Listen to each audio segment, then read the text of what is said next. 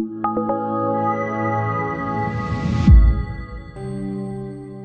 nu maimer. Hashem Sefasai Tiftach of Yagiti L'Sach, page Reish Nun Zayin.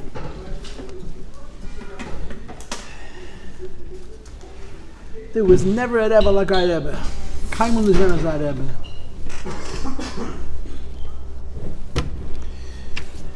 He was so big and so humble. The Rebbe saw himself as one of the regular people. And he was a... The Rebbe. What a man. I always say, it's like almost a sarcasm, you know? The Rebbe made being a Rebbe look easy. It never looked hard. It was so simple. The greatness of the Rebbe is impossible to understand and to imagine. And his humility is disgusting. The Rebbe's pashtus. What the Rebbe's mother said about the Rebbe, Rabbi Shmuel Esrei, says that when he was by the Rebbe's mother's house, about 6 or 7 weeks before she passed away, this is what she said. She said, in my day I saw a lot of great people, a lot of great men. My husband was a great man. My father was a great man. She went through different people that she knew that were g'deilim. But someone as great as my son, someone as great as my son, I never saw. He just knows so much. He knows so much about so many things. And then she had unetroktos alles mitazah pashtas. He carries it all so simple, so no airs. So the Rebbe becomes a Rebbe, and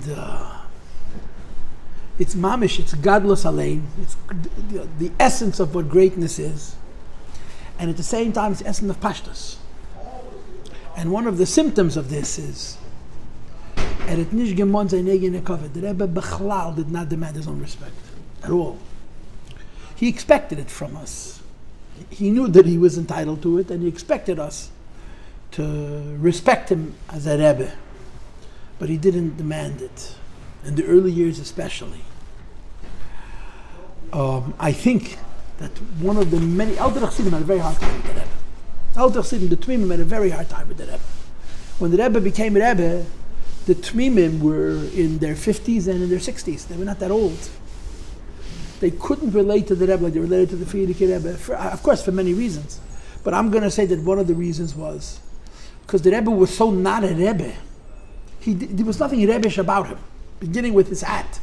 You know, everything about the Rebbe was just simple.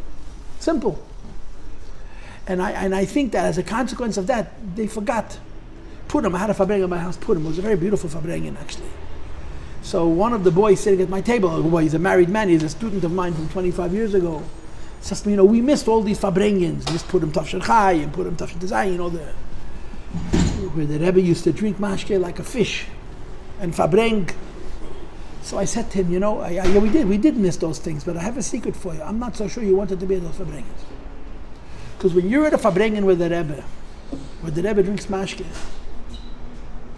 it's still the Rebbe. You're close to fire. And you could so easily forget because he's acting like such a regular person. You could forget. And Chas v'Shalom, you forget, you can get burnt. You're around the Rebbe.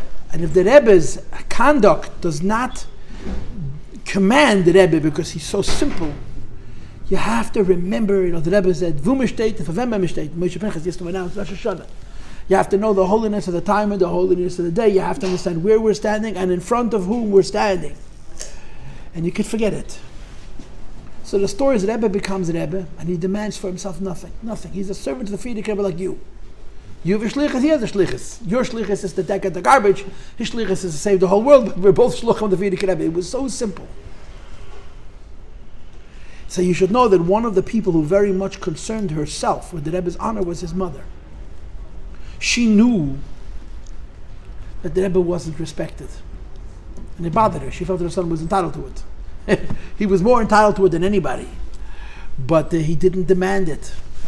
And there's details, there's parts of the story which are very unpleasant, parts of the story a little bit more pleasant, but she always wanted to know if Chassidin gave the Rebbe kavod, her son kavod. That's how she felt about it.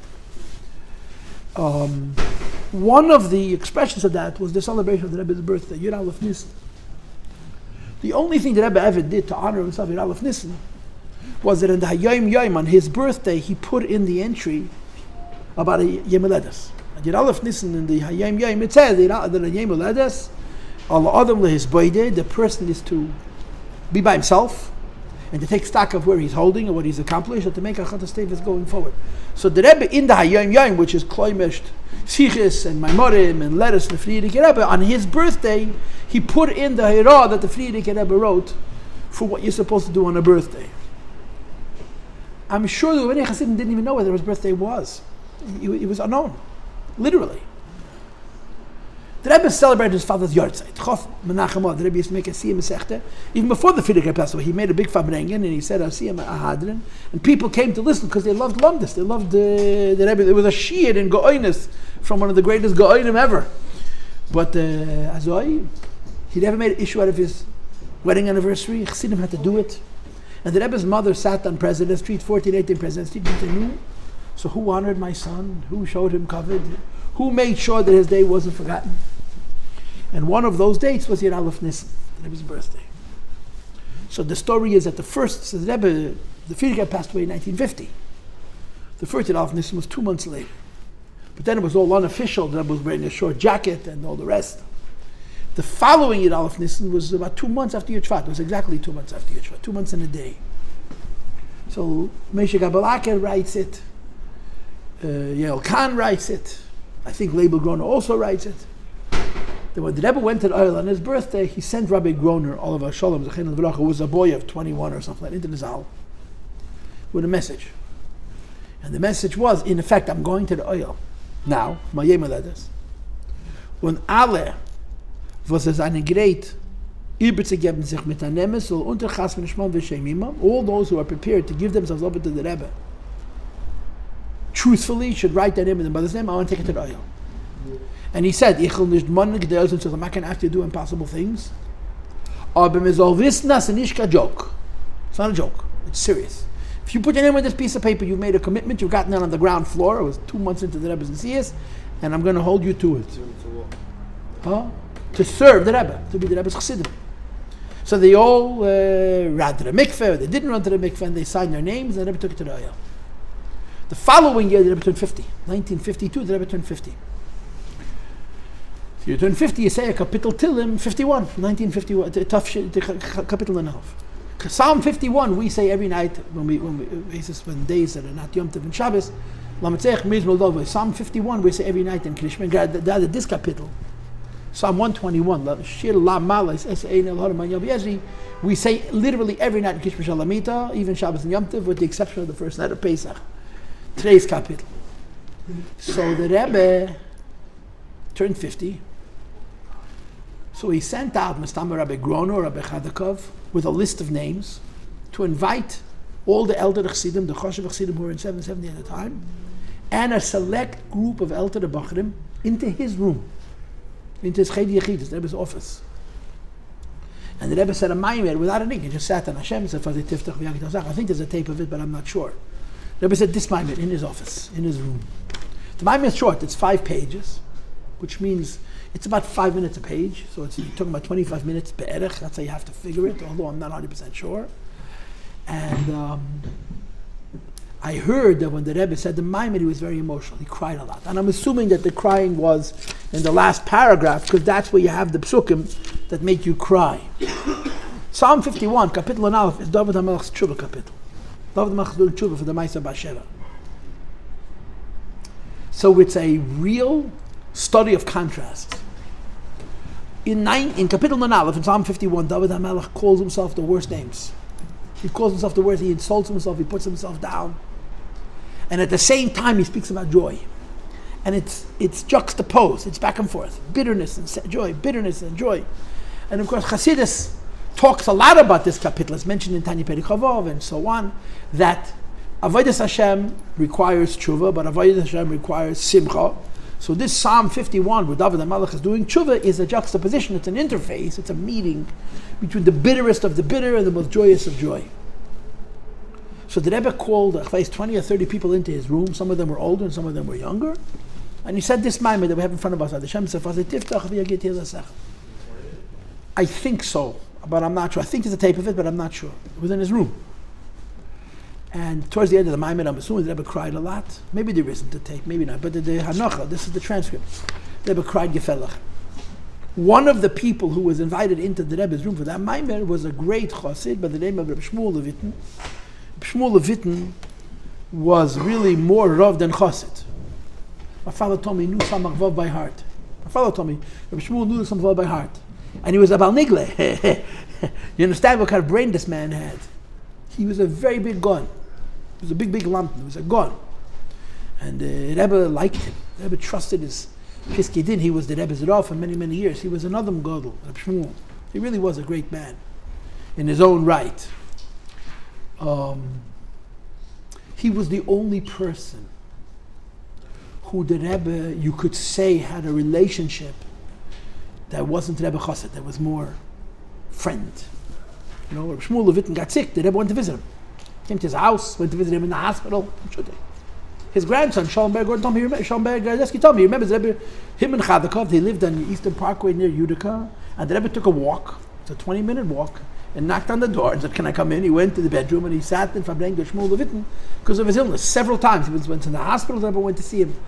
If there was one human being that the Rebbe was closer to and didn't treat with that classic distance that the Rebbe is defined by, you can't know this man because he's not available to you. The only exception, I would say, was Reb Shmuel, in a real way. And Reb Shmuel was a Pesukim, was a very smart man. Again, this is things that I heard from people. Shmuel passed away in 1974. I was 9, almost 9. Now, I could have remembered him if I had seichel, but I didn't. I didn't really daven in 770. The Rebbe wanted us to daven in the local shuls to save the community, so we didn't daven in 770 except Rosh Hashanah Yom Kippur. So I didn't know Reb Shmuel. I didn't even, if I would have seen him, I wouldn't know who he was. The Rebbe went to his funeral till the cemetery, till the Beis HaChaim. Stood outside. And the Rebbe also went to his Levai. The Rebbe Chaim Mushka went to his Levai. He was another Mechoshev. He was a special man, Reb Shmuel. And Reb Shmuel knew that the Rebbe has to be Rebbe, very much. And he fought tooth and nail that the Rebbe should be Rebbe. He was a Dreyer. He was a real great politician. He made sure that it all worked out. People said that once the Rebbe became Rebbe, he wasn't so much his chassid as he was his admirer. But Reb Shmuel, without a question, is one of the personalities that gets the credit, who lived here in New York, where it was very dangerous, to make sure the Rebbe became Rebbe. And he had a different kind of relationship with the Rebbe. And some people hold it against him, and maybe, but he was another Gadol. So the Rebbe says this Maimed for his 50th birthday, and he cried bitter tears.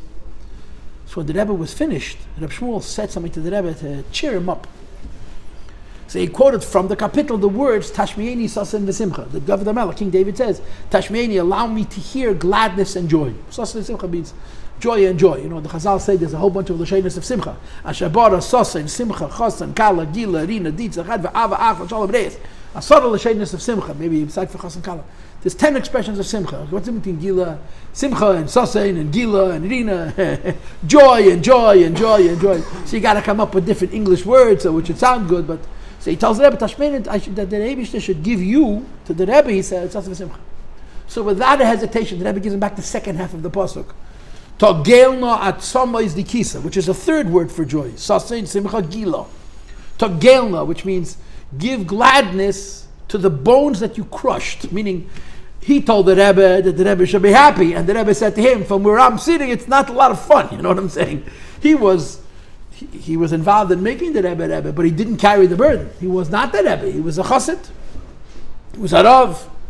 So he tells the Rebbe that the Rebbe should be happy, and the Rebbe says, thanks for the encouragement, but from where I sit, it's pretty upsetting, it's pretty hard. The Geilna Atzama is the keys. So that's the story about this Maimed. Rebbe said this Maimed. After that, the Rebbe did not commemorate his Yom Haledes publicly for 10 years. Except when Yeralf Nissan was on Shabbos. So in those years, the Rebbe did not always Fabreng Shabbos HaGadol. If Yeralf Nissan is Shabbos, it's always Shabbos HaGadol. But for example, the Rebbe said a Maimed, Podah B'Sholom Nafshi, when the Rebbe turned 54, which was Tashin Tazayin, and he began to say Kapitel Nun Hey, Psalm 55, the Rebbe said a minute Fabrengen, Shabbos, and said a Maimed, Podah B'Sholom Nafshi, Mikrovli, Kibrab HaYamadi for his birthday, Podah B'Sholom for his birthday. But the Rebbe did never make another official, do something public for his own celebration of his birthday, until he turned 60. His 60th birthday was 1962, Toshen Chabez, and the Rebbe made a huge fabrengen, mamish a party. The Rebbe said in one fabrengen, 2 maimorim, both were a signature shal maimed. I listened to the tape of that fabrengen multiple times. The Rebbe made a hadra mesechta Pesukim. It's a very packed fabrengen, very special fabrengen. With Rabbi Yasi, Kodesh de Yoima. We call Kodesh de Yoima, you go out Kodesh de Yoima. It was a very, very formal, official celebration of his turning 60. I heard, Avraham Lipsker told me himself, I heard this firsthand, that Avraham Lipsker had one of those old reel-to-reel tape recorders, these big, massive monstrosities, before everything was miniature. And they had these reels, these like wheels, huh? No. It wasn't a record. It was a tape. But the tape ran on a reel. It was a big reel, and you ran it from one reel to the other, and then it would run through, and then you had to wind it back. So he had a reel-to-reel a tape of this fabrengen. He was a shliach of the Rebbe to France at that time. And there was an old chassid who never visited the Rebbe. He died in 1983. In other words, he was a chassid of the Rebbe for 33 years, never visited him. It is his elder Zayden. Shmone Esrei, who was an gadol, he was a ish ruchni, spiritual man. And Avraham Lipsker told me, he was a young bacher at the time, he played for Rebbe Shmone the audio tape of this maimed, the tape of this maimed, of the 2 maimorim the Rebbe said when he turned 60. Rebbe Shmone listened. Rebbe Shmone says, I'm telling you, maimorim like these never was said, not even in the best years of the Babish did the Rebbe say maimorim like this. Now we heard this man from the Rebbe and we didn't think anything of it. So he says to Avraham, says to Shmone, what do you mean these maimorim are better than maimorim Lubavitch? I mean, maimorim of the Rebbe, Hashab are so famous, they're so intellectual, they're so nitty gritty, they really gribble. The Rebbe has a way of saying things very. In the beginning of this year, I gave you a class on the style of maimorim of the Rebbe. The Rebbe is very philosophical in the early years, the first 10, 12 years. But he says things so short that you can't misunderstand him. The Rebbe Rashab could explain a point over a page or two, and you could be confused about what he means to say, because it's so many words. So the Rebbe would summarize what the Rebbe Rashab would say a page and a half into 6 or 7 or 8 lines. It would be very clear and incredibly crisp, very sharp. So Shmone says to Avraham, my modern like this, even in the best years in the Bible. So he says to him, what do you mean? What do you mean? Shmone was a bocher during the Samach Vov. Kipshutei. He was there when the Rebbe said the Samach Vov. So Shmone said, I can't explain it. I'm just telling you, my modern like this never were. He was a Shmone, what kind of Jew he was. Somebody once showed there's a very famous picture of the Rebbe smiling at a fabrengen. It's a beautiful picture. It's very, very famous. They published it in all the magazines and newspapers in those days, the late 60s, early 70s. Shmone took one look at the photo and says, here the Rebbe is smiling to a goy. Yuber Humphrey, who was a goy. He was a good man, he was close to Lubavitch, but he was a goy. And the smile's gorgeous. And you don't see Humphrey, you just see the Rebbe. So he said to the Rebbe, I heard this from my father-in-law, Shmone, how do you know the Rebbe smiling to a goy? He said, I don't know how to explain it, but I'm telling you, he's smiling to a goy. And it was true. He was something spiritual about it. This when he turned 60. Then when the Rebbe turned 69, 1971, he went into his 70th year. Kapitel Ayin. The Rebbe came back from the oil, I think it was after Mincha, it was in the afternoon, they made a short fabrengen. And I think it's more or less a surprise. There's a tape of that fabrengen for sure. And the Rebbe said what we call Dho Yer Aleph Nissan Maimer. What's Dho Yer Aleph Nissan Maimer, right? Dho Yer Aleph Nissan Maimer is B'yei Mashta Yosser. Anon Nesiv Malka. The Rebbe said that when he turned from 69 to his 70s, the Rebbe said that Maimer. It's a short little fabrengen. And the Rebbe, of course, later on edited the Maimer. Everyone kochs. It's a very deep, scholarly Maimer with layers. 1 level, 2 levels, 3 levels, 4 levels, higher. But the Rebbe says that on the highest madregas, a person who's interested in Eid Ein Seif, which is higher than Atzilus, it's a shayla from Shnias. 2 things: God and godliness. Nothing, just God. The Maimer goes deeper. About Achtas. What does Achtas mean? That Chas v'Sholom I should make your imitziyas out of Malach. Then he says, can't even make a mitzvah out of the Sfiras. And then he says, can't even make a mitzvah out of Oid Ain't Safe, just Apsimas. Anything else is the opposite of one. That's how the Maimer goes. It's very powerful. It's very well structured. It's a piece of learning, but it's beautiful Maimer. You can clearly divide it up into sections. The following year, the Rebbe turned 70. The Rebbe turned 70, that was the beginning of the real party in Aleph Nis. The Rebbe made an official fabrengen. People came from all over the world. The Rebbe asked for a birthday present. When the Rebbe turned 70, the Rebbe asked for a gift of 71 new meisters, 71 new meisters. This year, by the way, Lubavitch gave the Rebbe Matana 1,201 meisters, 1,200 meisters. That means 10 meisters per year of the Rebbe's 120 years, plus one more. And I believe they got it with Daiva Haiser. But then the Rebbe asked for 71 new meisters. And it was a lot. For Lubavitch in 1972, give the Rebbe a gift of 71 new institutions was a lot. The Rebbe got over 140. One of the few times that the Rebbe actually got more than he asked for. But twice as many. It was a huge fabrengen. You could hear in the tape, from the way the Chassidim are singing, the love that they felt for the Rebbe then. It was a very exciting moment, one of the most important moments of our generation. But then it became official. Every year off, this was a big fabrengen. And from 1972 to 77, that's 6 years, 72, 73, 74, 75, 76, 77, there became a new minhag. People used to bring the Rebbe gifts during the fabrengen, and one by one they would go over to the Rebbe and present their gifts. They would get up in a line.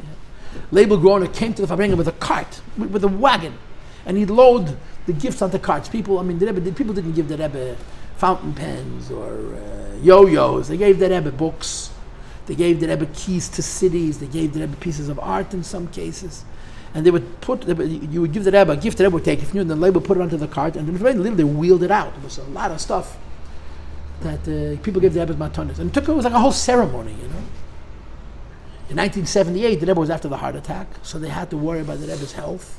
And the fabrengen became much shorter, significantly shorter. Fabrengen used to finish at 2 o'clock, now they started finishing at 12, 12:30. So the gift giving in public stopped. Fabrengen didn't stop, but the gift giving in public stopped. The Rebbe, if you wanted to give a gift to Aleph Nissan, you couldn't walk up to the Rebbe and hand it to him. You went into the secretaries during the day and you gave it into the secretaries, and they would deliver it to the Rebbe. And people used to work, people who had money and seichel, people used to buy manuscripts, Kisveyat Kodesh of Chassidus from the Rebbeim, for thousands of dollars and give it to the Rebbe as a gift, and it was a very precious gift. Some people would find a pair of tefillin from some tzaddik or a stick of some tzaddik, things that have value to a Rebbe, and bring it to the Rebbe as gifts, and the Rebbe would take it and say thank you, and it stayed in his room for a little bit, then it went to the library, and now you can go see it. If you go to the library and they have always a showroom. So a lot of these things are displayed. They change it from time to time, the different gifts that the Rebbe was given. Till 1985. The last year of this fabrengen on television was 1985. 1986, the Rebbe let it be known that he's fabrengen on Shabbos, not on his birthday. The Shabbos before, I guess. But he started giving dollars. Yirav Nissan 1986. The Rebbe stopped the fabrengen of Yirav Nissan on his Yom Haledes, and the minhag of giving dollars lasted for about 6 years, from 1986 till 1992. Is a month shy of, or whatever, 2 months shy of 6 years. Every Sunday, the Rebbe stood and gave dollars. It took a while for people to realize what was going on. At the beginning, it took 15 minutes. Whoever was in 7, but when people realized that it was an official thing and the Rebbe was doing it every Sunday, people started coming, and then people realized that they're going to let you actually say something to the Rebbe. It's not like other times where they would push you along. If you had something to say to the Rebbe, they would let you talk, and the Rebbe would answer you. So the great, unique opportunity of Nissin's Dolarim began also on a Yeralef Nissan. And getting back to my original point, the Rebbe's mother would always ask, who's fabrengen? Who's not forgetting that my son is the Rebbe? And usually it was the young people, the Bachrim, or the younger Chassidim, the older Chassidim. He was the Rebbe. He would wear a hat down. And he walked in the street by himself. And he was a great intellectual, and he knew science, and he could speak in English with an accent, but a very, very good English, you know. So I guess it was hard for them. Anyway, this is the Maimer the Rebbe said on his 50th birthday. What is the Maimer about? The Maimer has 1 point, technically. But if it takes 5 pages, you understand yourself that in order to make this 1 point, the Rebbe is going to make many points. And that's how we're going to learn this. I don't want to learn this Maimer just to get this 1 point. I want to learn this Maimer really to get to the details. The 1 point is nice. Very nice, maybe very important also, very potent, very powerful. But we're going to be learning the Maimer, as we learned the previous Maimer, going through it a few lines at a time and understanding the various different points that Rebbe raises. What's this Maimer about? This Maimer is about a Gemara. Okay, the Gemara says that you're supposed to be masmech ga'ula letfilah. As soon as you say Go Yisroel, you're supposed to say Shmone Esrei. You're not allowed to stop between Go Yisroel and Shmone Esrei. The halacha is you don't even answer Amen on Go Yisroel. You don't answer Amen on Go Yisroel the whole world outside Chabad. The Chazan says Baruch Atah Hashem Go Yisrael quietly, so you shouldn't answer Amen. But Chas v'Shalom Chabad should be like everybody else. So then what kind of Chabadnikim would they be? So we say Baruch Atah Hashem Go Yisrael loud, but halachically what you're supposed to do in the Chabad custom is you're supposed to say the words together with the Chazan, because you're not allowed to answer Amen in your own bracha. So when you say it together with the Chazan Baruch Atah Hashem Go Yisrael, you avoid the need to answering Amen. We say Habecha Bam Yisrael B'Yava quiet, and the whole world says it loud. We say Go Yisrael loud, and the whole world says it quiet. But Habecha Bam Yisrael B'Yava, I don't know exactly for the reason why we say it quietly, because the Chayda technically you're allowed to answer Amen. I mean, I understand the reasons they can kill Melech Neman, but I don't know. But Shmone Esrei Go Yisrael is supposed to say loud. Baruch Hashem Go Yisrael, you say it together with the Chazan exactly, so you can't answer Amen your own bracha, and you say Shmone Esrei. What's the first word of Shmone Esrei? Baruch Atah Hashem, Elokeinu, Elokei Aviseinu, Elokei Avraham, right? Baruch Atah Bracha. So the Gemara says, wait, what about Hashem's supposed to say Tiftach before? What about the kind that say it after? It's not part of Shmone Esrei. If you're supposed to be saying Gula with Tefilla, you're supposed to join together Gula with Tefilla, Baruch Hashem Go Yisrael. How do you put it in Hashem's Tiftach in the middle? It's puzzle. Hashem's Sefasai, Tiftach, Afi Agit, Yilasecha. It's an overt separation in a case where the Gemara says you're supposed to join them together. Now, Rabbi said, I would like to digress, change the subject for a moment. I'll get back to this and share with you something which I like to talk about. I consider it important. I'm not sure if it's true or not. You know what I'm saying? Everything is wonderful except for the fact that it just may not be a fact. Otherwise, it's terrific. And it's very bold. It's very brazen. What I'm about to say is very, very brazen. I don't know if this is true. I feel like it's true.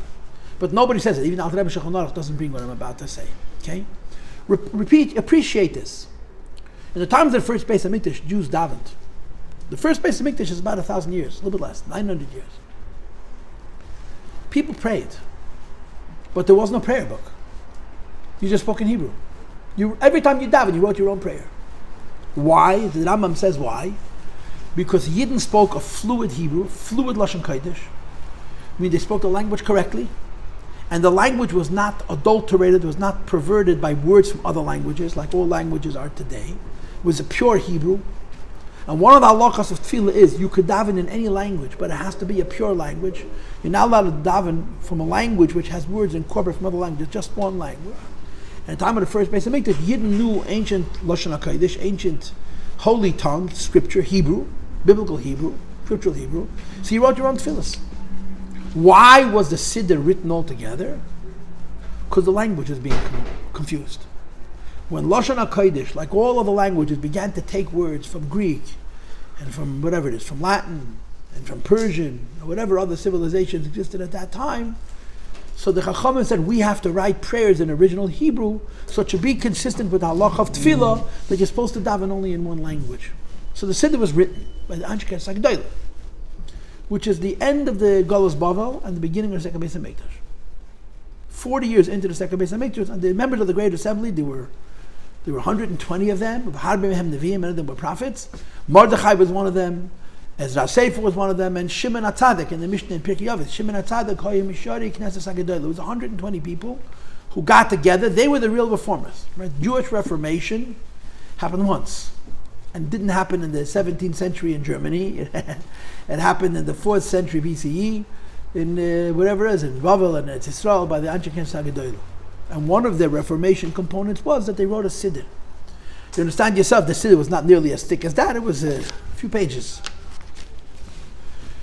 They wrote the weekday Shmone Esrei, they wrote the Shabbat Shmone Esrei, they wrote the Yom Tov Shmone Esrei, they wrote the Rosh Hashanah Shmone Esrei, the Kippur Shmone Esrei, the Musafim they wrote. They wrote the Birchos Krias Shma, they wrote Baruch Shomer Yishtabach, the Halal, everything else in the middle is Pesukim.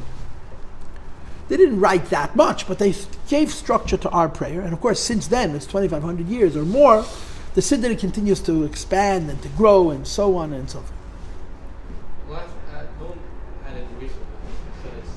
Well, the last great radiation of new Siddur contribution is the great age of the Kabbalah. The Arizal, the Ramak, their Talmidim, they added a lot. In the modern area, there isn't really any. When you say modern, you mean the last 300-400 years. The Arizal was 400 years ago. Past 100 years. Oh, yeah. 200 years even, 300 years. The Alter Rebbe didn't add to the Siddur, he simply refined the nusach, right? You have to rub your hand on the table. Yeah? Anyway, So the Anshei Knesset HaGadol did many things. For example, they wrote the brachas. Which translates into English. Thank God for alarm clocks. Was written by Knesset HaGadol. Was written later, but most of the brachas, and the Gemara says, the language of brachas is very precise, was written by Knesset HaGadol. But you get up in the morning, you opened your eyes, you said, you stood up, you said, you got dressed, you said, of course, we don't do it that way. We say all the brachas in one shot. In those days, when you got dressed, you said, when you put on your shoes, you said, you took a walk, you said, that's how it was. So they wrote the brachas. Then they wrote the Baruch She'amar and Yishtabach, Pesukei DiZimra, the brachas before and after. Then they wrote all the brachas,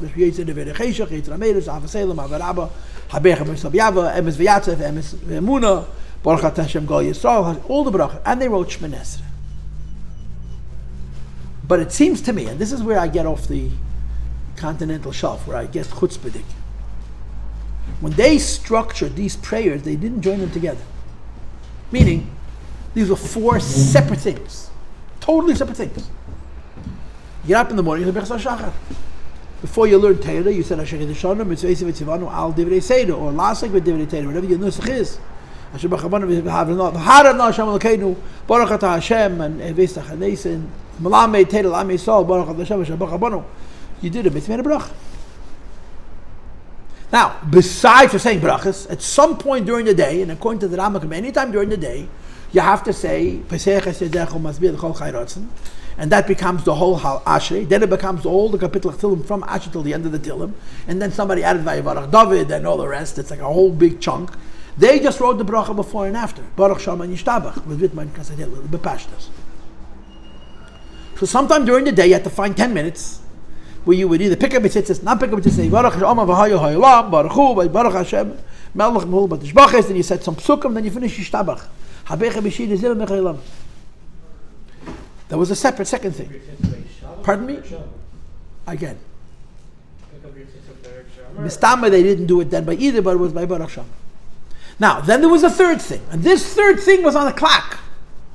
The third thing was that before 3 hours passed in the day, you had to say Shema with brachas before and after.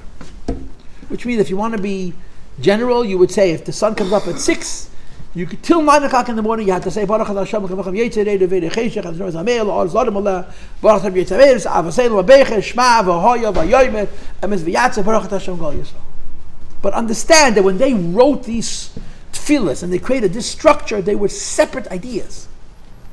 Birchos Shachar is said in the morning. Pesukei DiZimra you could say 3 in the afternoon. You have to just say once a day, according to the Rambam at least. You have to say praise HaKadosh Baruch Hu with the bracha before and after.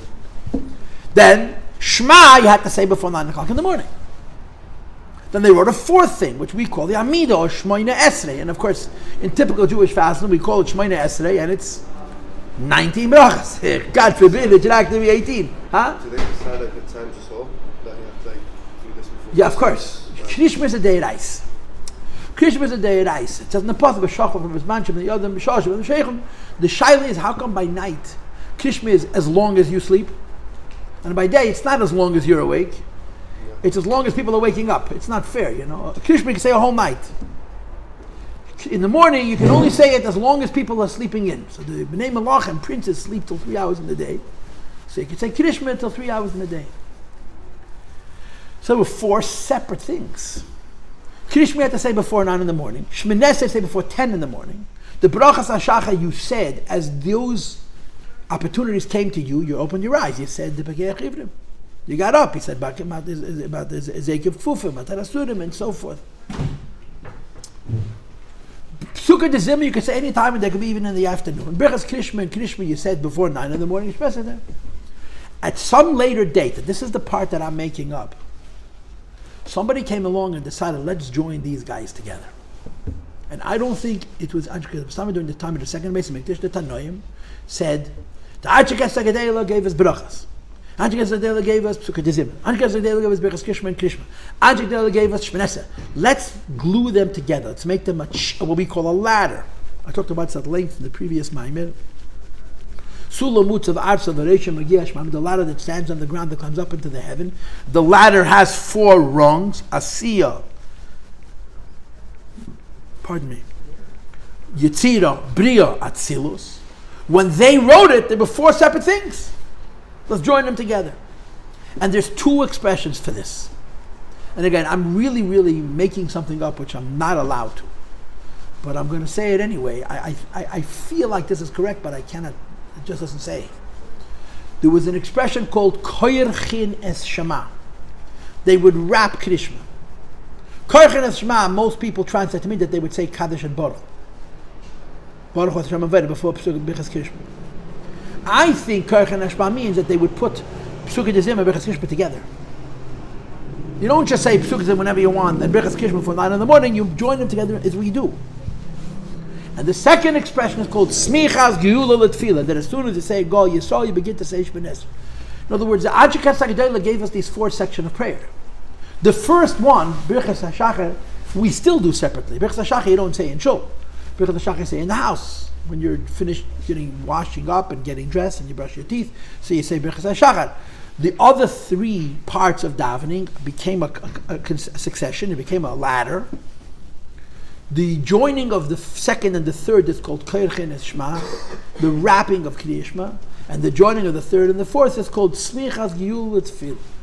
Joining together the Ga'ula. Why are we doing this? Because we don't want to just have 4 separate experiences. We want to actually have an experience of climbing the ladder from Asiya to Yetzira to Bria to Atzilus. In order for this to happen, you have to do them successively. So my understanding is that this was done later. Ancient wrote the prayers. And somebody later said, let's join the prayers together to create what we call, what the Kabbalah calls, what the Zohar calls, what Chassidus discusses as the ladder of prayer. Asiya, Yetzira, Bria, Atzilus. The joining of Yetzira and Bria is called Koyerchin es Shema. Wrapping around Shema, you put a beged, a wrap. The wrap is Pesukim DiZimra. And then Smichas Ga'ula Letfilah, joining Yisroel and Shmone Esrei.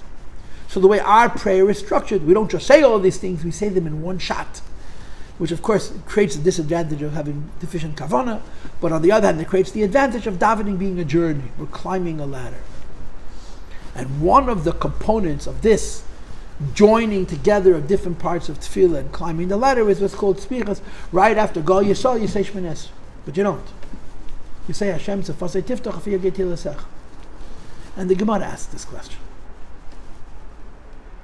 The Gemara says, wait a minute, if you're supposed to say Baruch Hashem, Go Yisroel, and then right away say Baruch Hashem, Elokeinu Elokei Avosseinu, Elokei Avraham, Elokei Yitzchak, how could you put in the middle Hashem Sefasai Tiftach v'yaget yilasecha? It's an interruption, it's a hefsek. That's the question in the Gemara. We're good? What is the Gemara's answer? What is the Gemara's answer? Tefilla Arichtah. It's called a long tefillah. This Possuk, Hashem Sefasai Tiftach v'yaget yilasecha, is considered not a hemshech to Go Yisroel. It's considered the beginning of Shmone Esrei, and it becomes an elongated bracha. Meaning, the first bracha of Shmone Esrei, which starts with the words Baruch Atah Hashem Elokeinu Elokei Avosseinu Elokei Avraham, is lengthened by 6 words. Hashem Sefasai Tiftach Ofi Yagit Hilasecha. It becomes a part of the first bracha. This is what the Gemara says. So how do you translate the words Tefilla Arichta? You're adding 6 more words, and you're saying that these 6 more words make the Shmone Esrei a little bit longer. This is what the Gemara says. Are you with me? Yeah? What does our Maimer say? Our Maimer explaining what is the mysticism of Tefillah Arichta. What does it mean a long prayer? The Gemara says you add 6 more words so that the Shmone Esrei has been elongated by 6 words. Chassidus is going to make a whole huge issue of this. Chassidus is going to say that by adding these 6 words, Adnai, Sefasai, Tiftach, Ufi Yagit Hilasecha, or I like to say, Hashem, come, my God. You say this a few times in davening. You're talking to Hashem straight, like I'm talking to you, right? Mendi, my God. Open up my lips so my mouth can sing your praises. So the Gemara says it's considered Tefillah Arichta.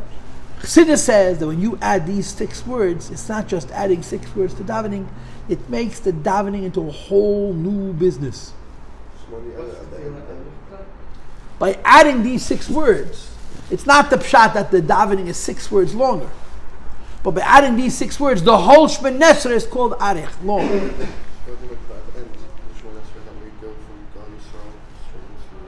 At the end you have the kind of say. Yilrotzen. I don't know. You should say at the beginning because it's a preface to davening. What's Chassidus going to say? What is the definition? You say you have Birchos Erev Shabbos, yeah? Yes? You say Paschal Yo, or that's too hard for you, yeah? Say Chad Arich, V'chad Ketzir, V'chad Beinuni. Remember that there's a long line, a short line, and an in-between line.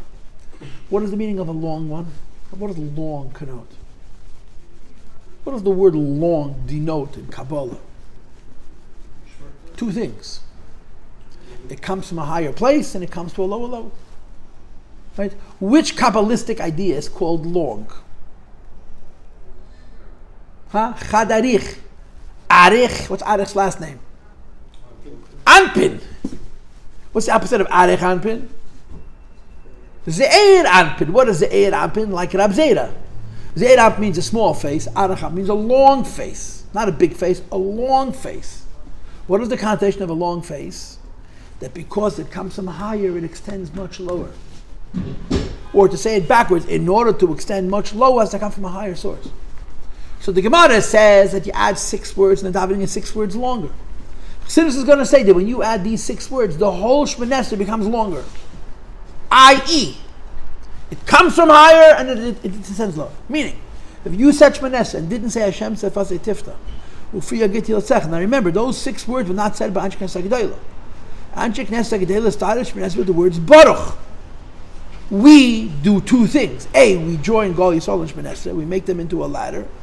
B, we interrupt between Gol Yisroel and Shmone Esrei with Hashem Sefasai Tiftach v'yigeti l'secha. Says the Rebbe, by adding those 6 words, the whole davening becomes long. Long meaning it comes from a higher place and it goes to a lower level. If you don't say those 6 words, the davening is shorter. Meaning it starts from a lower level and doesn't come down as low. So the Nigla says the Shmone Esrei is 6 words longer.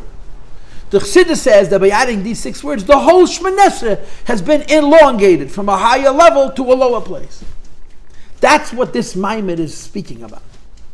You can go to sleep already. I just told you the whole code. Yeah, that's what this Maimed is speaking about, from a higher level to a lower level. Now, Moirav Rabbi Yisai. The Maimed, in order to explain to us this idea that the davening is going to be made longer, i.e. from a higher source to a lower manifestation, the Maimed is going to discuss at length what Torah is and what Tefilla is. The same idea is discussed in the Maimed. It took us a whole winter. It's going to be this Maimed learning in spring now. It's similar ideas, what Torah is and what Tefilla is. Torah is considered long, Tefilla is considered short. By adding these 6 words, Tefilla acquires the mile of Torah, it also becomes long. That's what this Maimed is going to be discussing. Okay? I'm not only interested in communicating to you this ultimate point, I'm interested in learning the details of this Maimed. I've given myself 6 weeks to learn it. In other words, we're going to be discussing the pratim in the Maimed, the Tefilla, Arichtã, we'll get to that too, but it's only one part. Questions or comments? Say again. Adnai, first of all, we don't know when it was written. And we certainly don't know by whom it was written. Adnai is a very unusual prayer. Vayachar Pesukim, written by God. Matayvus Pesukim, written by God. Adnai is a tefillah. It's very unusual. You know, Adnai is a meditation. It's not a prayer. Huh? Some people say Yigdal there as well. Yeah, but Yigdal is from the Rambam. It's much more recent. Adnai could go back 2,000 years also. We're not sure who wrote it. It's a very important prayer. The fact that we say it in davening in the morning certainly didn't start when the Siddur was written. It started much later. The times of the Gemara that we're not saying Adnai Elam. The Gemara was only 1,500 years ago. The time the Gemara was sealed, the Siddur was already 1,000 years old. The Siddur was written in the beginning of the second Beis HaMikdash. The Gemara was sealed hundreds of years after the destruction of the second Beis HaMikdash. It's not 1,000 years, but it's probably 800 years, 750 years. Adnai Elam was not a part of the liturgy. It was added later. The question is how far back, and the Chachamim argue about it. Is it from the Kabbalah? Is it from the later Rishonim? Or is it from the Goinim? But these were added later. Okay? So, I need 1 minute of your time. Let's read just a little. Inside. Adonai, my God. Sefasai Tiftach, open my lips. Ufi yagit lesecha, so my mouth should speak your praises. Meaning, You get to what Rabbi Tzikaina called before we started the Shir, Yirei Law. You're standing in front of God and you can't speak. So you say to God, but I need to speak. So we say to him, give me words. Hashem, my God, open up my mouth that I could speak your praises because I by myself cannot speak. Hine, Possuk Zeh, this passage, just 6 words, is Bakashas David HaMelech, as the request of King David. Ubakashas Knesset Yisroel, and the request of the collective of Jew, which is Malchus of Atzilus. Ubakashas Kolechad Rechem Yisrael, it's the prayer of every single individual Jew. V'kav Uhu, and then the Chazal, it was determined, Loimar, to say it, Kaidem Tefilla before Shmone Esrei, Kedisa B'Gemara, the Gemara says, Amar Rabbi Yechanan said, Rabbi Yechanan from the early Amayroyim. B'tchilahu Eima, before you start Shmone Esrei, said the Shem Sefasai Tiftach. So again, we're going to go with the assumption that the Anshei Knesset HaGadולה were not the Chevre. They wrote the Siddur. They wrote Gol Yisrael, but they didn't put in Hashem Sefasai. It was added later. I'm not sure by whom. Some rabbi came along at some later date and said, add Hashem Sefasai Tiftach v'yagit to the liturgy between Gol Yisrael and Shmone Esrei. The question is, why was it enacted to be said? Before Shmone Esrei. The loy lifnei kol tefillah. Say before Baruch Shamar. If the davening is a ladder with a series of rungs, before you begin to pray, say Hashem Sefasai Tiftach v'yagit hilasecha. Why do you say it? You're not at that point where you can't speak. Yeah, but it's a stage setter. If it's a stage setter, say it before you set the stage, not in the middle of the performance. V'loy lifnei kol tefillah, rather than before the whole davening, such as Lifnei Krishma Bircheseha, before they made the takon of Kichin al Shma. V'lifnei Pesukai DiZimra, after they made the takon of Krishma. In other words, when they joined together Krishma and Shmone Esrei, you should say it before Yisroel. When they joined together Pesukai DiZimra, Birchos Krias Shma, say it before Baruch She'omar. Why do we say it before Shmone Esrei? Obeyei said remove. And the second question is, the Gemara, the Gemara says that Abrein and Salma Gulu Letfilah, Abrein was careful to always say Gol Yisrael and start Shmone Esrei right away. And V'lei Possuk Chuchum Mipumim Kol Yemen, and therefore a whole day he was smiling. When he said Gol Yisrael, Baruch Hashem, he brought spiritual pleasure to himself that lasted a whole day. Perek, so the Gemara says, V'heichi Matzi Samech. How did Rabbi Roina say Gol Yisrael right away Shmone Esrei? V'amar Rabbi Yechanan said, B'tchilo Omer, between Gol Yisrael and Shmone Esrei, you say the words of the Shem Sefasai Tiftach, Umishani, and the Gemara answers, the Kivan, the Kavur, Rabbanan, since the Rabbanan added this Possuk between Gol Yisrael and Shmone Esrei, here's the quote, Tefilla Arychta. It's considered like adding 6 words. Now, B'niglitz, it's a longer prayer, 6 more words. According to Chassidus, it changes the entire Shmone Esrei from being medium or small to being large. And what does large mean? It coming from the highest levels to the lowest places. Well, the question is, Mikiv and just muchas gul letfilah now the kol kach, since saying Gol Yisrael and starting Shmone Esrei right away, which is mentioned in Halacha, and it's discussed at length in Zohar, is such a big deal. The question is now, the second question is, Lama Kavu, why would the Chachamim put Hashem Sefasai in between and come up with an excuse called Tefilla Arichta? Say it at some other time. Amidas Possuk Zel Lifnei Shmone Esrei into Shmone Esrei Sha'az Tzarech Leyash. Then you have to give an explanation. The Tefilla Arichta is like a long prayer. V'lei Kavur Lifnei Kol Tefilla, rather than say before Baruch She'omar the Oz Tiyas Smichas Gol Tefilla V'Pashtus. So then you'll say Baruch Atah Hashem Gol Yisrael. Hashem, you'll start Baruch Atah Hashem Elokeinu Elokeinu Avraham right away, and Hashem is also be early. So 2 questions. If Hashem Sefasai Tiftach is an opener for Tefillah, why isn't it before Baruch She'omar? And second of all, by putting it between Gol Yisrael and Shmone Esrei, you have a problem about Smichas Gol Tefilla, and you have to come up with this excuse called Tefilla Arychta. Don't put it before Shmone Esrei. You don't have excuses. The shir is over. I thank you for coming and listening.